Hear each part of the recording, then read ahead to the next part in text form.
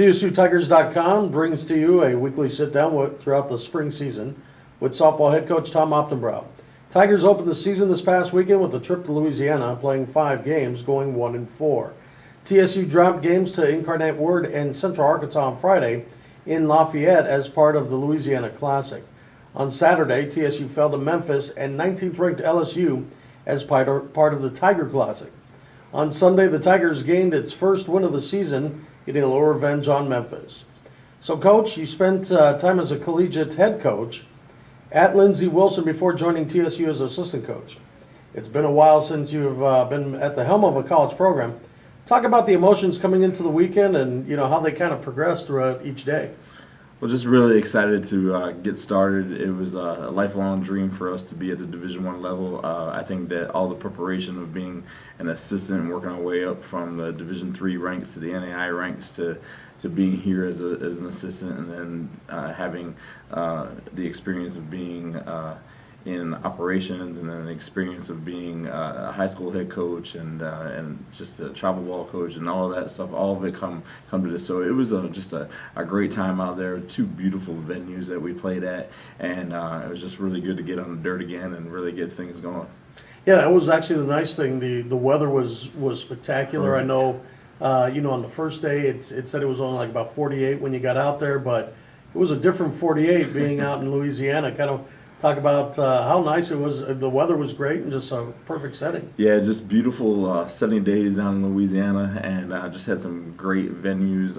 Once again, I mean, just being able to play at the University of Louisiana Lafayette and the legendary stadium there, and then being able to go over to LSU and seeing the SEC way of life. It was just fantastic, and the weather was beautiful. It was sunny, and we've been used to practicing in even colder weather, and so being out there, it was really good. But we did have to do a good job of staying hydrated and bouncing back with that to balance out the sun and the thing. It was a sneaky sun on us. Yeah. So now let's talk about Sunday right away. You got the 4-1 win over Memphis.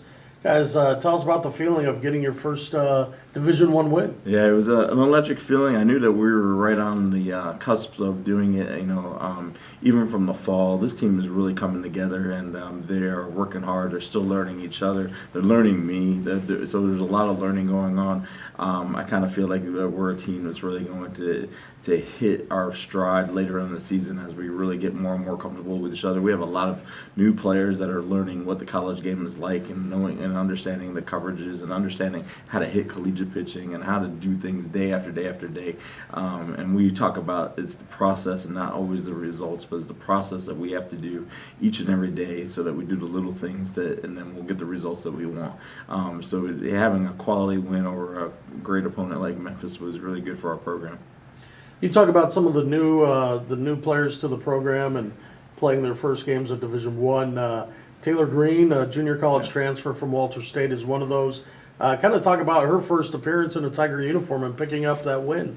Well, we knew that Taylor is a very special pitcher and has had a lot of experience at the junior college level and playing at a high level, and we knew that she would be a workhorse for us, and we were just waiting to get her back from an injury, and finally got the clearance on Sunday to do that, and she was ready to go and hadn't thrown in a couple of weeks, so we were worried a little bit about her fatigue, but she just put the team on her shoulders and said, let's go. And we asked her several times if she wanted, if she was okay and wanted out, and she was like, no, this is mine, we're going to get this together. So she's really going to be a leader for us in that circle and being an anchor to that pitching staff.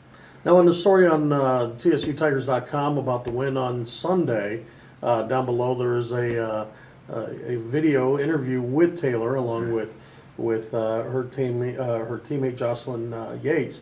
But Taylor had mentioned quite a bit of that success came from Lindsey Burgess, who was calling a lot of the pitches. Yes. Kind of talk a little bit about Lindsey as well as Coach Katie Burkhart, working together as well as yourselves trying to get them in a good position to help Taylor with those games. Yeah, our philosophy from day one has been to teach the catchers how to call a game appropriately and how to work with each pitcher and develop those relationships with the pitcher. And it's been a struggle at times, really getting as many pitchers as we have and many catchers as we have, the amount of time to be able to work together. But in practices and scrimmages and just in film study and everything, and just meeting with Coach Burkhart and myself, just getting them to understand this is where you'd call this pitcher, this is when you would call that pitch, and getting to know what the strengths and weaknesses of every pitcher is, because one of the unique things of our staff is that we have pitchers who throw different things, and how to use those together is really going to benefit us in the long run.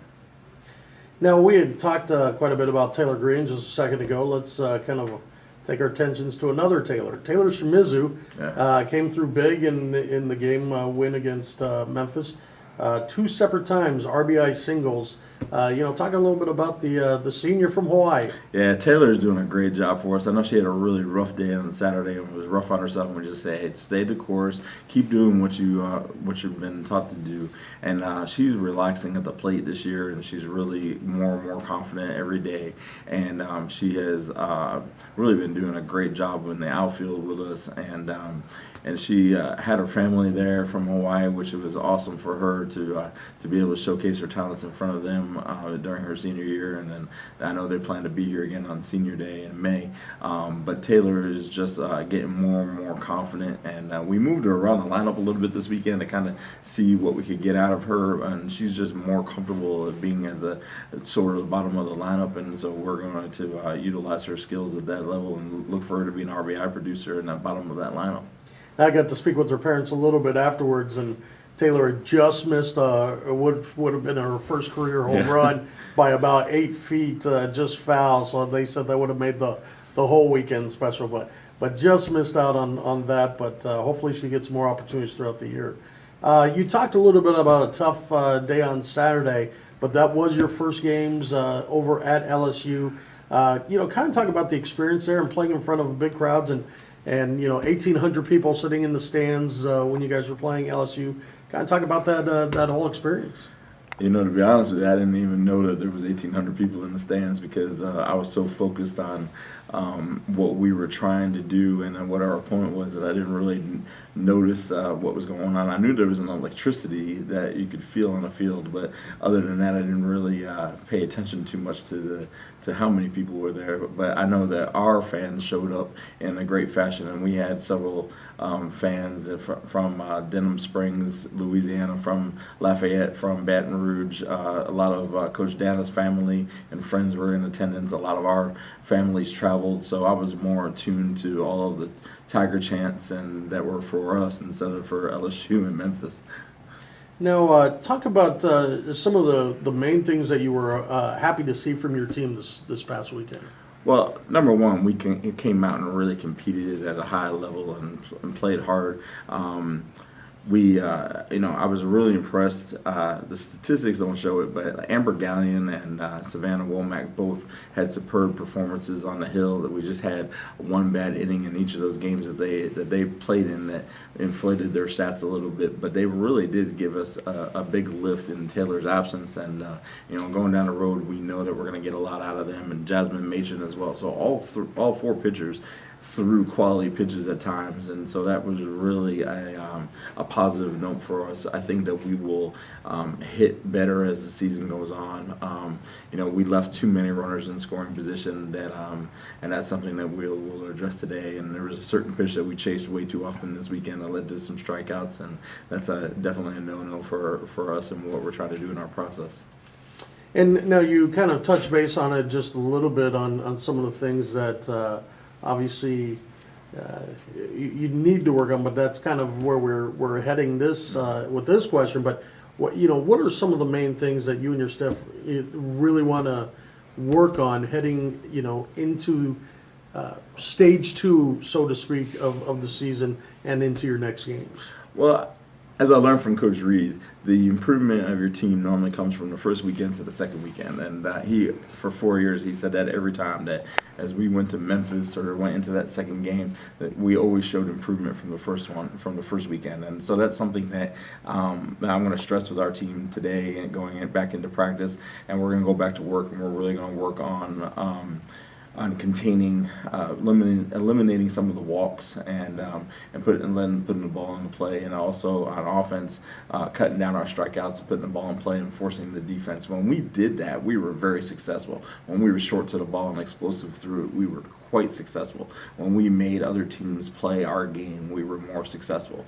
But I felt like on Friday, we weren't that team. We were playing to kind of be there and not necessarily win. We didn't attack Incarnate Word or attack Central Arkansas like I would wanted to. And so we adjusted after Friday, and going into Saturday, I thought we played much better against two higher quality teams in Memphis and LSU, and then coming back, and then we adjusted again on Saturday night, and then got the win on Sunday. But even in that win, I was still upset with the fact that we left 11 runners on base, and that's something that we've got to be able to cash in. We let a team off the ropes, as I was saying. We were primed, ready for the knockout after scoring in the first 3 innings, but they made an adjustment, and we failed to make the next adjustment. And so that's something that we're going to continue to work on so that we can get better for in week 2. Excuse me. Well, before you open the home schedule next weekend with the Tiger Classic, excuse me, the team has a trip to Huntsville. Excuse me, and I was kind of getting away from here at the end. But this Friday you will take on Alabama A&M for a doubleheader. We wish you the best of luck, and Coach, thank you for joining us today. We look forward to sitting down with you next weekend. All right, thank you so much. All right.